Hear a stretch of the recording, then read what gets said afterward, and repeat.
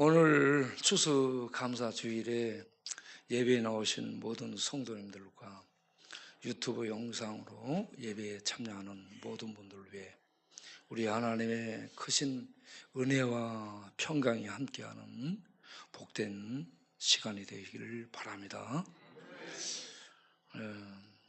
추수감사주일에 감사하며 찬송하세요. 감사하며 찬송하세요. 감사하며 찬송하세요. 산마다 불이 탄다.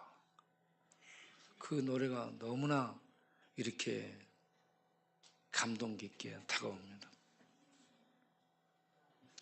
캐나다에서도 보니까 단풍이 아름답게 들어가더라고요. 제가 캐나다 번스레이크에서 차를 타고 프린스 조지 쪽으로 이렇게 가면서 보니까 얼마나 단풍이 멋진지 몰라요. 저절로 와 하면서 이 탄성이 나옵니다.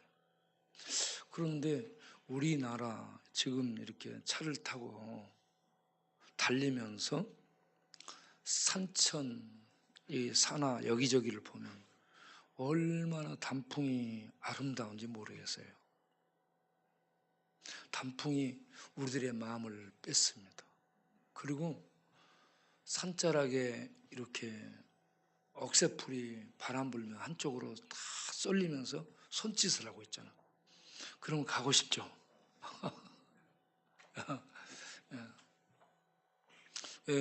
늘 부르고 있는 것 같아요. 그렇게 단풍들을 보며 다니면서 우리 마음들이, 우리 성도님들의 마음에 하늘이 들어와서 하늘의 사랑이, 하늘의 은혜가, 하늘의 생명이, 하늘의 능력들이 성도님들의 마음, 생각, 감정, 그리고 어떤 그 내면 깊은 곳에부터 쫙 물이 들어와서 우리들에게 속에서부터 겉에까지 하늘로 물들 수 있는, 단풍이 빨갛게 전체 물들잖아. 그런 것처럼 우리들이 전체 지식만 물든 게 아니고 감정만 있는 게 아니고 우리의 영혼부터 마음, 정신, 신경, 뇌, 기억, 감정들, 이런 모든 부분이 하늘로 쫙 물이 들어. 그래서 우리를 보면 하늘이 드러나고 하늘 냄새가 나고 하늘 색깔이 드러나고 저절로 하늘을 볼 수 있게 만드는 그런 성도님들이 되었으면 얼마나 좋을까. 그렇게 되기를 바라옵니다.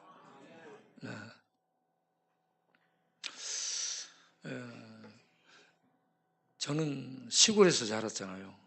전라남도, 진도, 조도, 섬마을에서 자랐어요. 거기는 세상에 문화가 없습니다. 그래서 우리는 어릴 때 하늘을 봤어요. 그리고 바다를 봤고요. 그리고 산을 봤습니다. 주로 산에 갔어요, 산에.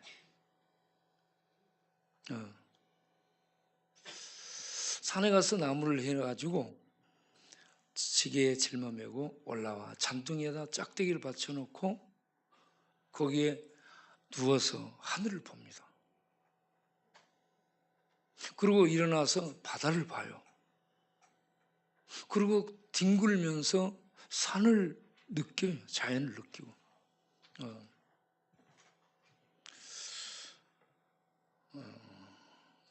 이런 이 자연 속에서 어린 시절을 자랐고 살았기 때문에 저에게는 순수함이 있더라고요. 제가 저를 봐도 순수해요. 여러분도 그렇게 느끼지 않아요? 예. 그래서 도시 사람들은 굉장히 이 어떤 성취와 좋은 학교 가고 좋은 성공을 생각하고 막 그렇게 뛰더라고. 그런데 우리는 그런 것과는 거리가 멀게 자연 속에서 살아서요, 이 순수함이 있습니다.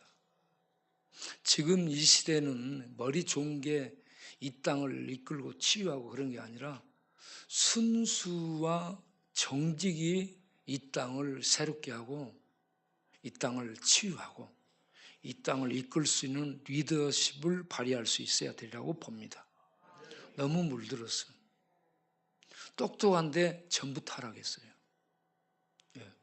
영리함이 타락으로 물들어 가지고요, 악이 끝없이 구정물처럼 나오고, 머리 좋은 그게 타락으로 물들어 가지고요, 악과 사람을 해치는 이게 칼날처럼 번뜩이는 지성 속에서 이 세상을 장식하고 있어요. 그래서 우리가 자연을 그리워하잖아요. 자연 같은 사람, 자연 같은 사람에게서는 순수함이 있습니다. 그래서 지성보다 저는 정직과 순수함이 위대한 것이다, 훨씬 위대하다라고, 그리고 세상을 치료한다라고 생각을 합니다. 우리는 이런 대자연보다 더 위대한 하늘 하나님의 말씀과 그 은혜와 그 사랑과 그 신비한 생명력들로 우리를 채워 우리의 뇌, 우리의 신경, 우리의 감정들이 그렇게 하나님의 은혜로 물들어서 우리가 만나서 말을 하고 또 교제하고 축복하는 관계 속에 하나님의 은혜들이 나오는 우리들의 삶이 되기를 바랍니다. 사람은 성향 따라서 똑같이 영화를 봐도 달리 느끼고 똑같이 강의를 들어도 잡아내는 포인트들이 다릅니다. 똑같이 보고 있어도 컬러가 달리 들어와요. 자기가 좋아하는 성향에 의해서 똑같이 보는데 해석이 다릅니다. 관점이 다르고. 저는 성경을 보게 되면 우리 주님이 세리와 창기와 죄인들 속에 들어간 것이 눈에 들어옵니다. 예루살렘 왕궁으로도 가지 않고 예루살렘 대학으로도 가지 않고 예루살렘 성전으로 가지 않고 그들 사이에서 버림받고 외면당하고 멸시천대 받았던 세리, 창기, 죄인들, 인간 이하의 취급을 받던 그러한 무리 속에 하늘의 왕이신 하나님이 신께서 오셔서 들어가고 비난받아요. 그 시대 기득권층에 비난받고 공격받아. 그래도 들어가. 그리고 들어와서 같이 먹고 같이 교제하고 그들에게 하나님 나라의 비밀들을 얘기합니다. 너희 선생은 왜 그러냐? 그렇게 계속 비난하고 따라다니면서 공격해요.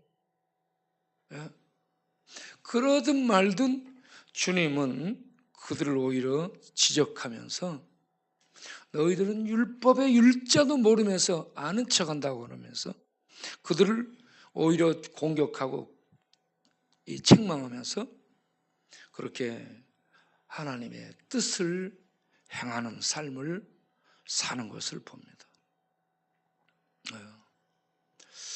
주님이 말씀하시는 말씀들을 보게 되면 추수감사 주일 같은 이러한 절기에 우리들이 생각해 볼 말씀이 많습니다. 특별히 오늘 신명기 16장 절기를 얘기를 하고 있는데 거기에 세 절기가 나옵니다. 유월절, 그리고 초실절, 오순절, 초막절, 그리고 장막절. 세 절기가 나와요.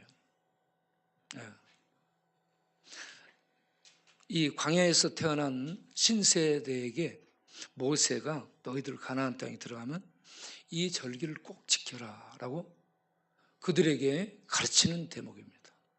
6월절은 이스라엘의 구원을 기념하는 날입니다.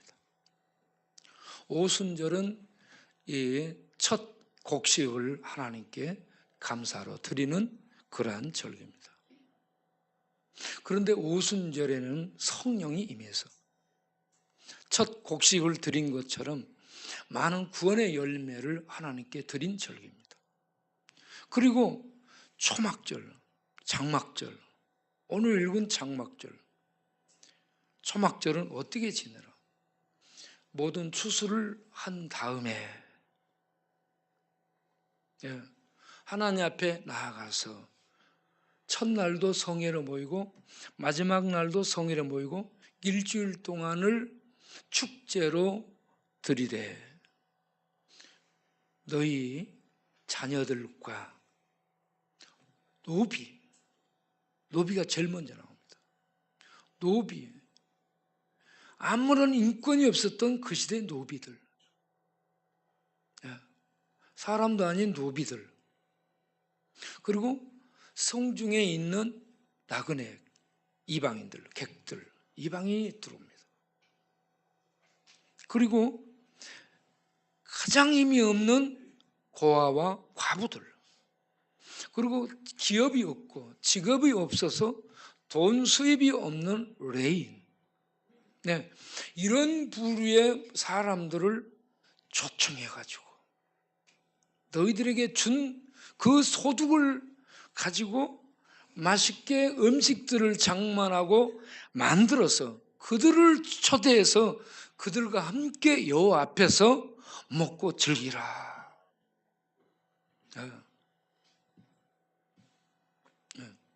하나님의 복을 이와 같이 복이 제한되고 이렇게 복과는 멀리 있는 노비들, 그들은 복을 받지 못하는 부류입니다.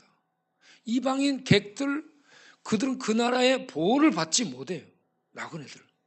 그리고 고아와 가부, 그 힘없는 부류들, 항상 배고픈 거예요.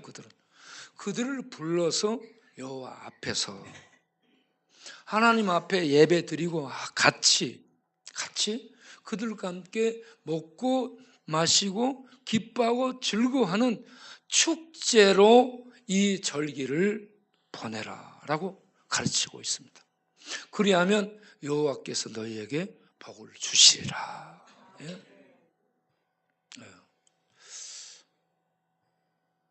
그래서 저는 이 성경을 읽으면 이런 부분, 예수님이 세례와 창기 속에 들어간 것, 그리고 절기를 이렇게 맞이해서 이웃들을 초청하고 이웃들을 생각해서 그들과 함께 이렇게 절기를 축제로 보내라 하는 이 말씀이 이렇게 계속 들어오고 읽어집니다. 이러한 말씀에 근거해서 우리가 이렇게 광야의 날 행사를 했어요. 사진을 한번 보여줘 보세요. 광야의 날 행사가 이러한 말씀에 의해서 진행이 되는 겁니다. 단순히 좋은 일 한다, 착한 일 한다 차원이 아니고요. 하나님이 이렇게 하라고 해서 하는 것입니다. 그래서 하나님의 이름이 너희들 무엇 때문에 이렇게 하는 거야? 왜 늘 이렇게 하는 거야? 하나님이 이렇게 하도록 했기 때문에. 매 절기마다 그렇게 하라고 말씀하셨잖아요. 그래서 우리가 이렇게 사람들을 초청해서 우리에게 주신 것들을 가지고 나눌 것을 준비해서 이들과 함께 즐거운 축제로 보내게 되는 겁니다. 거기서 여호와 이름이 높임을 받게 되고 주의 복음이 증거되고 거기에 모인 모든 사람들이 하나님 앞에 찬양을 드리는, 여호와를 즐거워하는 찬양을 드리는 이런 날로 우리가 삼았지 않습니까? 그리고 여기에서 우리 저렇게 많은 사람들이 와서 함께하고 저들에게 나눠줄 것들이 준비되어 있고 또 이렇게 우리 미드바르 단원이 함께 노래하면서 하나님께 영광을 돌리고, 그리고 우리가 엊그저께 밤에 야간 순찰을 했어요. 야간 순찰을 하는데 전에 술 속에 살았던 친구들만 전부 나와서 야간 술찰 부대가 됐어요. 야간 술찰. 전부 여기는 오리지널 술찰들이에요. 우리는 술 마시지 않았던 사람, 전과가 없는 사람, 왔다 갔다 방탕을 안 하고 노숙생을 안 하는 사람은 술찰 대원으로 안 받습니다. 이들과 함께 이렇게 순찰을 하는데 전에 그렇게 살았던 뒹굴었던 우리가 이렇게 하나님의 은혜로 일으킴을 받아 이렇게 다른 사람을 돌아볼 수 있게 됐네. 얼마나 감격이고 감사인지 모릅니다. 그리고 치료는 약물로 치료되는 것이 아니고요, 병원 가서 가둬놓는다고 치료되지 않고, 교정교육한다고 교도소 가서 교정받는다고 치료되지 않고, 본인이 하나님의 말씀에 의해서 나아가 섬기고 베풀고 나누고 돌보고 이렇게 하는 이러한 사역을 통해서 자기의 존재감을 발견합니다. 아, 나는 쓸모없는 인간인 줄 알았는데 나도 이렇게 쓰임 받을 수 있네. 여기에서 존재감, 그리고 자기의 존재 가치를 재발견해서 술 마시고 죽든지 약 먹고 죽든지 떨어져 죽든지 이런 생각을 하던 사람이 그런 생각을 떨쳐버리게 되는 줄로 믿습니다. 자기가 쓸모있는 존재, 쓰임받는 존재가 됐다라는 존재감, 그리고 나도 이렇게 일을 할 수 있네라는 어떤 자기 가치성, 이런 것들을 발견하게 될 때에 사람이 자긍심을 갖고 살아갈 수가 있게 됩니다.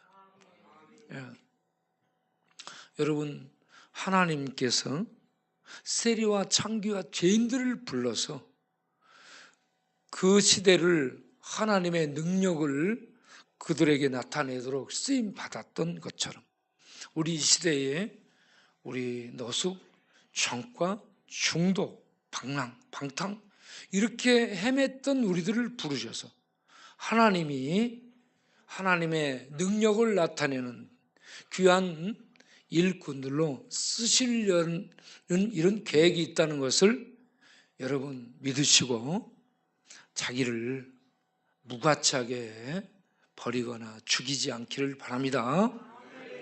그리고 오늘 이렇게 추수감사 주일에 학습 세례를 이렇게 할 수 있게 됐다. 학습 세례 교인들을 이렇게 만들 수 있다는 거 얼마나 감사한지 모르겠습니다. 여러분, 1세기 로마의 인구 비율은 로마의 자유 시민이 50%였고요. 노예가 50%였어요. 이와 같이 로마 시민의 비율이 50% 이상이 노예였어요.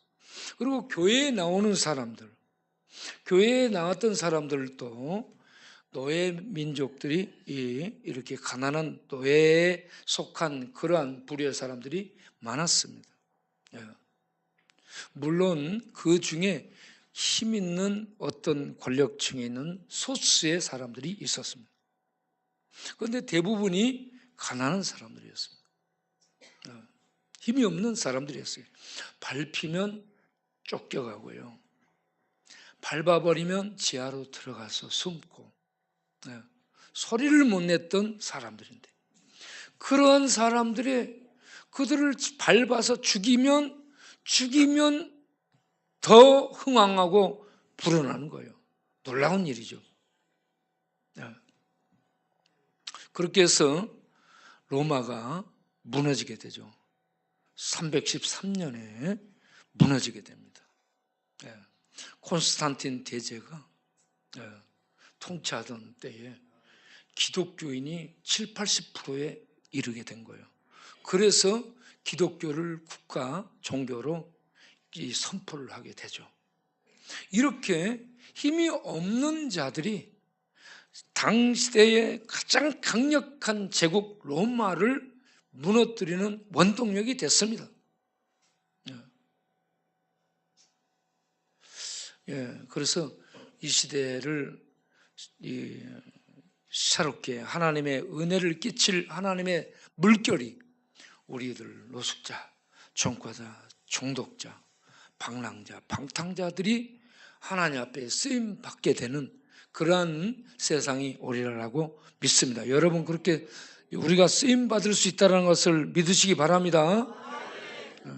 그렇기 때문에 우리 교회 오신 분들은 전과 없는 사람 전부 전과 만들어 오세요.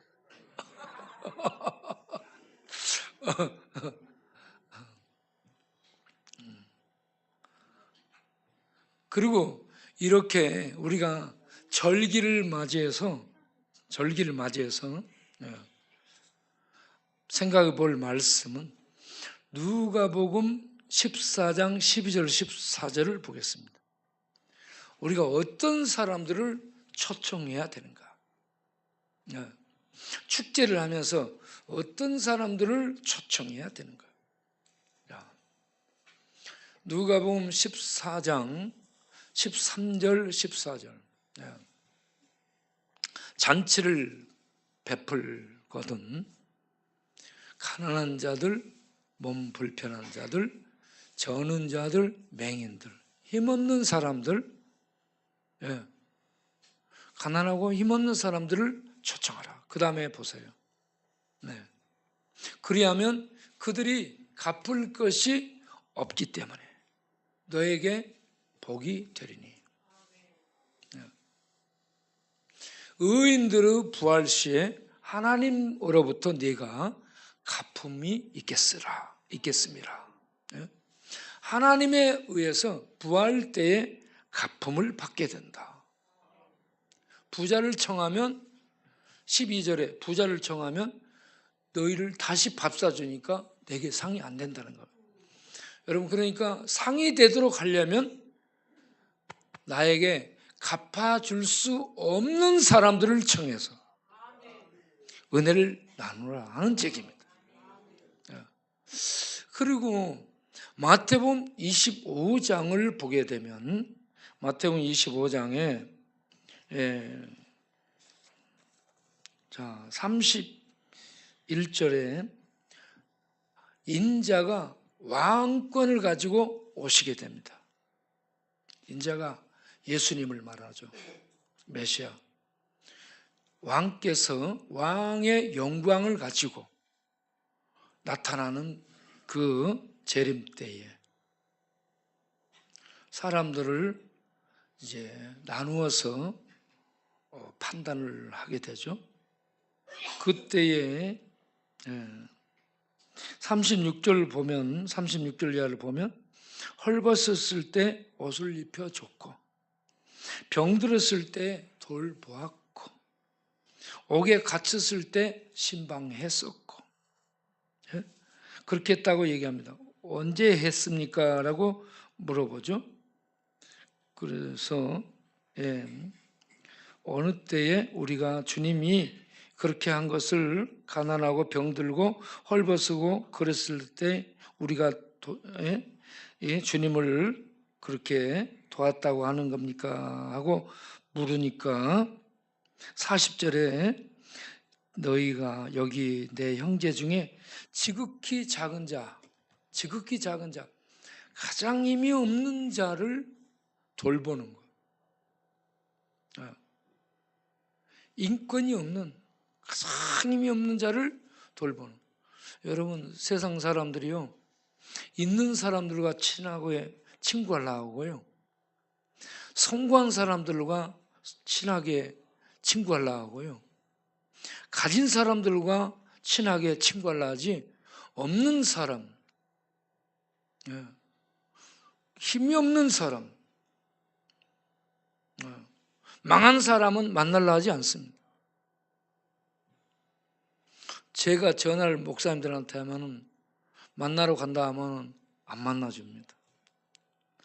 비서를 통해 가지고 이렇게 얘기를 하라고 합니다. 그러면 안 만나주겠다는 얘기거든요. 그래서 제가 만나러 갈 때는 아무런 연락을 하지 않고 바로 갑니다. 바로 가면은 내가 탁 쳐들어가잖아요. 목사님들 놀래가지고 뒤로 물러서요. 뭐 저승사자 만난 것처럼. 그래가지고 깜짝 놀라가지고, 아니 목사님 연락이나 좀 하고 오지, 어떻게 내가 연락하면 목사님 있을 거요? 그리고 이렇게 이제 간단하게 서서 1분만 얘기하겠습니다. 그리고 1분 얘기하고 이렇게 하고 나오고 그렇습니다. 그러니까 이 돈이 있는 사람은 돈 있는 사람들끼리, 큰 교회는 큰 교회끼리 이렇게 만나고 교제하려 하지, 돈이 없고 힘이 없고 좀 이렇게 힘들다는 사람들은 안 만나려고 합니다. 그런데 예수님은 그런 사람들을 찾아가서 만나요. 힘든 사람, 힘들어하는 사람, 사랑 같지 않은 사람. 그래서 우리가 예수님의 마음을 가져야 됩니다. 성경을 읽으면 어떻게 성공했나? 이것만 보면 안 돼요. 예수님의 마음을 가지고 예수님이 눈빛이 어디에 가 있고, 예수님의 마음이 어디로 흘러가고 있고, 예수님의 발길이 어디로 가고 있는지를 봐야 돼요. 그래서 왕이신 우리 예수님이 걸어가신 그 길을, 예수님이 주신 그 눈빛을 따라 그 마음의 그 아픔을 느끼며 마음으로 만지는 그 마음의 발길을 따라서 우리가 같이 예수님의 뒤 발자취를 따라서 그렇게 살아가면서 예수님이 하셨던 그 나눔, 그 돌봄, 그렇게 위로, 그러면서 그들에게 은혜를 끼치는 그 발자취를 따라갈 수 있는 성도가 돼야 되고 교회가 돼야 되고 목회자들이 돼야 된다고 믿습니다. 그럼 우리가 성경을 읽을 때에 예수님이 어떻게 하셨는가 이걸 보고 이걸 따라서 해야 돼요. 이거 성경 지식 막 가지고 열심히 강의하고 가르치고 그러면서 지는 안 해. 그래서 김영한 박사 이 양반이 우리 교회 와가지고 2번 왔잖아요.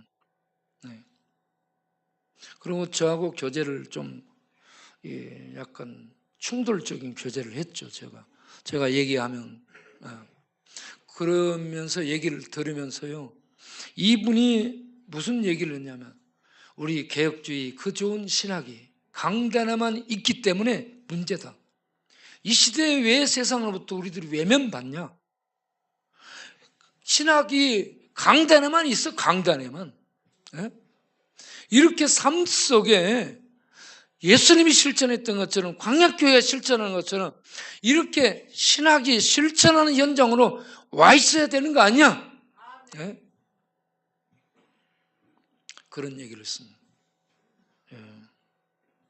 우리 성도님들을 지금 우리는 예수님의 뒤를 따라 잘 가고 있다고 믿으시길 바랍니다. 우리 교회는 적지만, 교회에 헌금은 없지만, 교인 숫자가 적고 교인들이 힘이 없지만 하나님의 큰 일을 감당하고 있습니다. 그래서 이번에 오셨던 그 카나다에 그 권사님이 가시면서 목사님 광야교회를 통해서 많이 배웠습니다. 광야교회 이 큰 사역을 보면 감동을 많이 받았습니다. 우리 교회 사역을 보고 그분이 감동을 많이 받았다고. 제가 내년에는 그쪽에서 한번 하십시오라고 했더니 목사님 교회 프로포절이 나오면 보내주십시오. 그렇게 그쪽에서 할 의향을 비추셨어요. 그리고 영등포 구청장님 혹시 오늘 예배 드리러 오셨나요? 구청장님이 이번에 와서 격려사를 했잖아요. 설교하기 전에 격려사를 하고 가겠대요.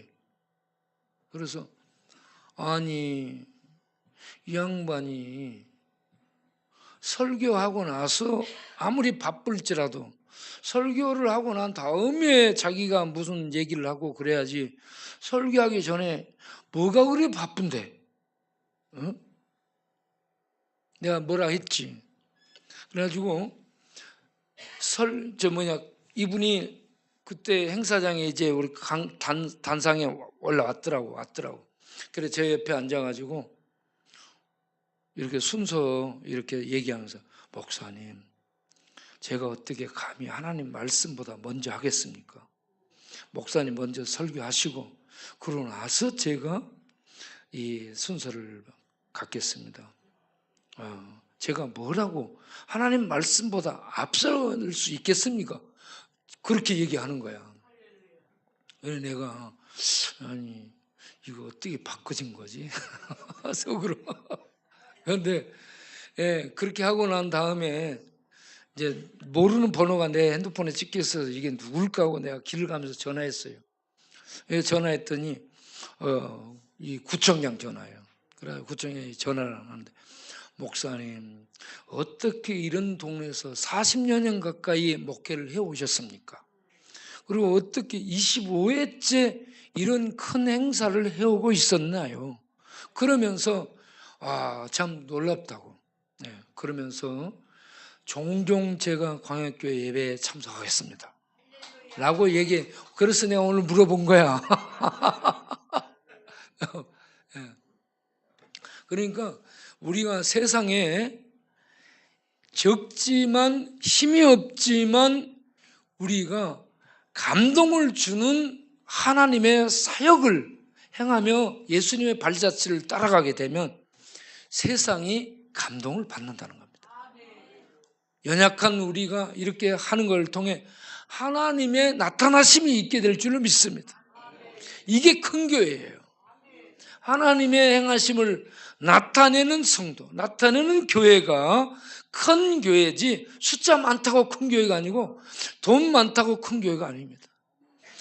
우리가 한두 번 하는 것이 아니라 묵묵하게 날마다 삶 속에서 하나님의 행하심을 나타내는 발걸음들, 그런 가슴들, 그런 눈빛으로 살아가게 되는 게 하나님의 능력 속에 사는 성도라고 믿습니다.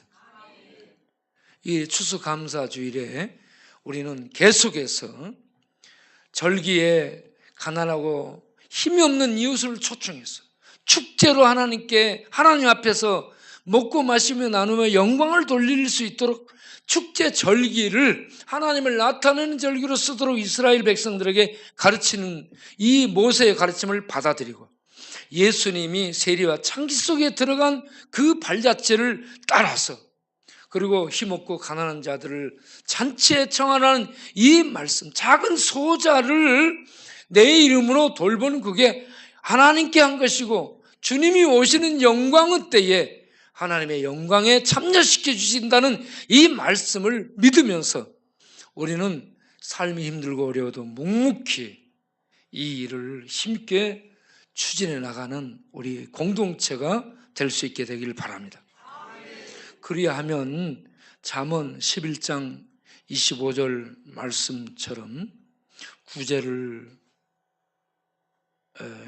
가난한 자를 불쌍히 여기는 것은 여호와께 꾸이는 것이요 11장 25절은 구제를 좋아하는 자는 풍족해질 것이요 남을 부자로 만들어주는 자는 그 사람이 부자가 되리라, 윤택해지리라 라는 이 말씀으로 우리 모두에게 하나님의 축복이 임하기를 바랍니다. 잠언 19장 17절, 잠언 19장 17절을 보면 거기에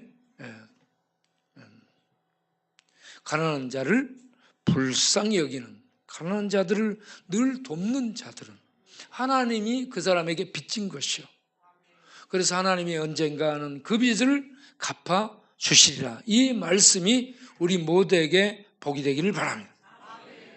그리고 시편 37편 22절부터 25절, 26절, 27절까지 한번 보겠습니다.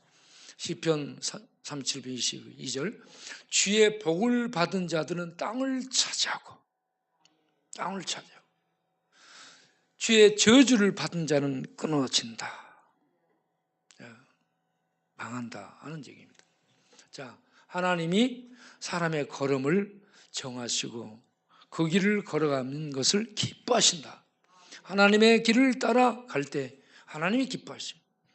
그 다음을 보겠어요. 우리가 가다가 넘어질지라도 하나님이 붙드시고 늘 일으키신다는 얘기입니다. 25절, 그런 중에 우리 인생이 이렇게 살아가면서 어려서부터 늙기까지 의인이 버림을 당하거나 그 자손이 거지 되는 것을 보지 못하였는데 왜 그러는가? 26절, 종일토록 은혜를 베풀고 구워주는 삶을 살면 그 자손이 반드시 하나님의 복을 받는다. 여러분, 자식들에게 돈 물려주지 말고, 땅 물려주지 말고, 집 물려주지 말고, 이 믿음으로 어떻게 사는지를 물려주길 바랍니다. 그렇게 자식들이 그렇게 살게 되면 하나님의 반드시 복을 받게 된다는 겁니다.